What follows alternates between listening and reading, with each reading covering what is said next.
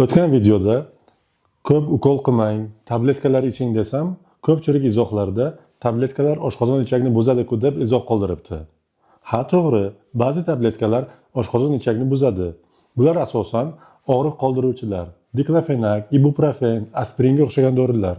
Lekin qolgan 95% dorilar oshqozon ichigiga umuman ta'sir qilmaydi. Hattoki kuniga 10 marta, 10 yillab ichsangiz ham, to'g'ri ichsangiz oshqozon ichagiga umuman ta'sir qilmaydi.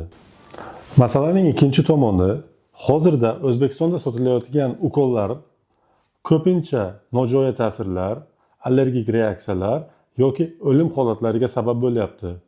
Oddiygina shamollashni davolayman deb o'lib ketgan yoshlar qancha. Shuning uchun agar shu dorini tabletka ko'rinishi bo'lsa, albatta tabletka ko'rinishida ichish kerak. Agarda uni tabletka ko'rinishi bo'lmasa, keyin ukol holatda qilsak bo'ladi.